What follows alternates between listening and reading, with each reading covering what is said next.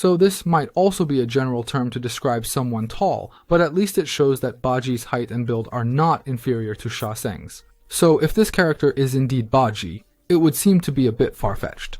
I'll give the answer first. The protagonist is from the game Black Myth, Wukong. He is the true Wukong from Journey to the West, specifically the True and False Monkey King chapter. I've already explained the other Wukong in detail before, so I won't repeat it here. But I want to emphasize that the true heart and forgetful heart have nothing to do with good and evil or true and false. So why is it Wukong? First, let's talk height. In Journey to the West, Wukong is the shortest of the 4 disciples. In the second chapter, the Demon King of Confusion says Wukong is less than 4 feet tall. If we use the Ming or Tang units, Wukong's height at this time is about 1.2 to 1.3 meters. This height is almost the same as the height to the chest of the eldest sister, later on. So when it comes to height, the protagonist matches Wukong's height as described in the original work. Now, does the appearance match the description of being ugly and clumsy?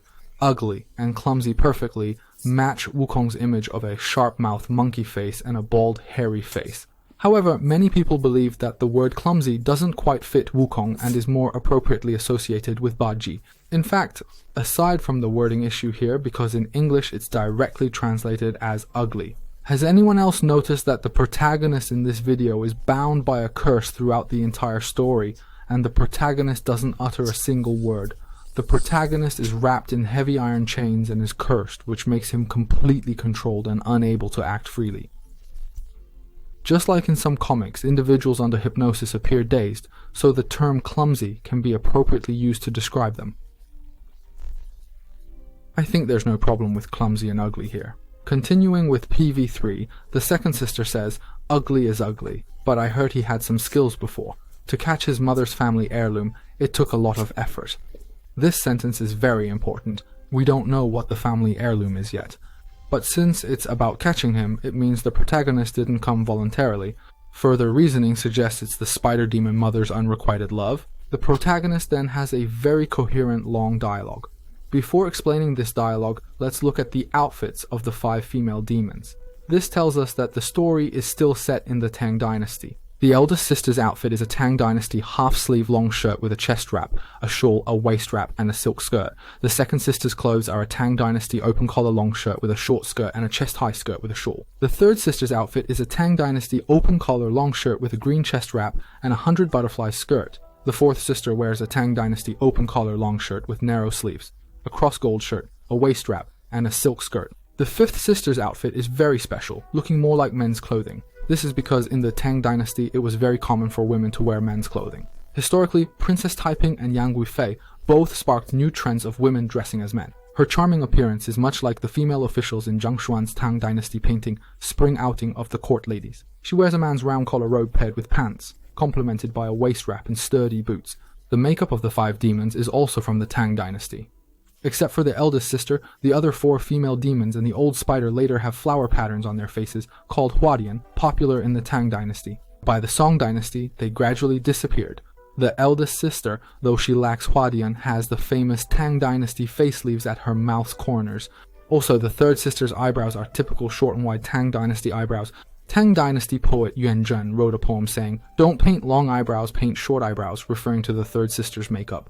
So, we've finished talking about the makeup of the ladies. They are still wearing Tang Dynasty women's clothing. Combined with a decades-long illness that hasn't healed thanks to the stupid creature, it tells us it's decades after the Pansy Cave chapter. It's clear that the timeline of PV3 and the game's story takes place decades after the journey to the West, while still being set in the Tang Dynasty. This also negates the idea that the end of the Dharma era led to the extinction of the Buddhas, as it started in the Northern Song Dynasty. Some might ask if the extinction of the Buddhas in the game corresponds to Tong Wuzong's real-life persecution of Buddhism. This is unclear, because starting from Journey to the West, Tang Taizong's Zhengguan era was changed from 23 years to 33 years, and the subsequent emperors and backgrounds have already exceeded our historical concepts, so we can't discuss this for now. Next is an extensive dialogue between the sisters, followed by the appearance of the old spider. There are 4 significant points to explain here. 1. The younger sisters are ignorant and the mother senile. What do the eldest sister and second sister know about this inside story? And what does the second uncle mean? 3. Why is the eldest sister's attitude towards the protagonist the best among the sisters, and she keeps advising the protagonist on various matters? Why are the 4 old spiders so infatuated with the protagonist? To explain this more thoroughly, let's first reiterate the premises that we previously established. The protagonist is the main character of the game. This protagonist is Wukong, but not the Wukong from the Journey to the West. Number 2. The old spider remembers his past life due to the chaos in the underworld.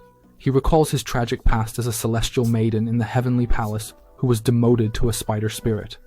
Number 3. The old spider has an unrequited love for the protagonist, who was captured. So, the story goes like this. Since the destruction of the 3 realms in Black Myth, Wukong, the old spider spirit in the underworld embassy, returned to the spider cave without reincarnation, and remembered being one of the 7 celestial maidens in the heavenly palace.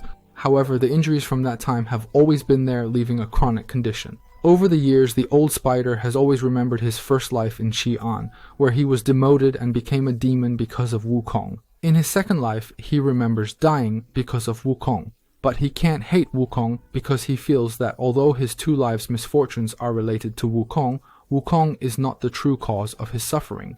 This matches the second sister's words. If you don't hate, then let it be, but why degrade yourself like this? So why doesn't he hate?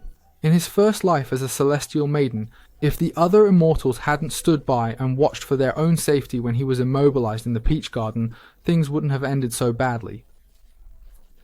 If the Queen Mother and Jade Emperor hadn't been so harsh, he wouldn't be a demon in the mortal world. In his second life as a spider spirit, Wukong didn't intend to kill him. Wukong had already spared the spider spirit on 2 separate occasions. Wukong had to kill the spider spirit because the centipede spirit wanted to monopolize Tang Sanzang's flesh and betrayed him. So, the disasters in these 2 lives were ultimately due to betrayal and being let down. Wukong was one of the reasons behind it, but the root cause was fundamentally human nature. Therefore, the spider spirit not only doesn't hate Wukong, but is infatuated with this rebellious Wukong. This kind of scenario, where the victim forgives and even loves the perpetrator, is similar to Stockholm Syndrome and might seem far-fetched to many people. But in movies, novels, and other works of fiction, there are many similar characters. For example, the female lead in A Silent Voice, or Manlu and Zhu Hongkai in 18 Springs, or even the clone's relationship with the teacher in the Oscar-winning Never Let Me Go. Even in the Fate series, there's Sakuramatu and Shinjimatu, especially in the UBW route. They all have similar plots. Now let's continue with the story. Although protagonist Wukong has lost his memory, as mentioned in the Stargazing Wukong segment, he still retraces the journey to the west. This is because the karma caused by Elia's consciousness is an inescapable fate, what we often call destiny. After the protagonist passes through the Spider Cave and Yellow Flower Temple, he is captured by the 100-eyed Demon Lord.